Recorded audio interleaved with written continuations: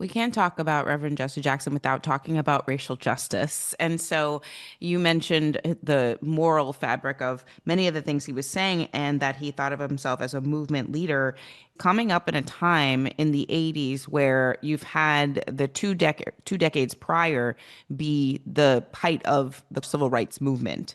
Can you talk a bit about how his experiences coming up in those 2 decades shaped his political messaging in the 1980s? It is the reason that Jesse Jackson is Jesse Jackson. When you really look back at where he started out, as a young man, he started out as an activist. He was in college when he was arrested for the first time for trying to desegregate a library in his hometown of Greenville, South Carolina.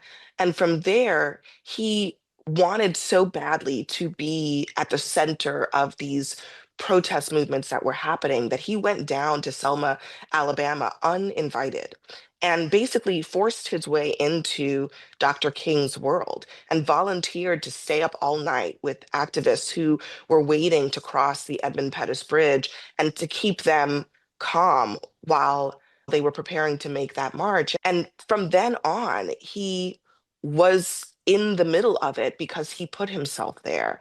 And Mm. what he learned from Dr. King was actually more discipline than I think he started out with. And when Dr. King was killed, Jesse Jackson wanted to fill that void and tried to. And so everything that he did from then on was partly an attempt to fill those massive shoes of Dr. King's.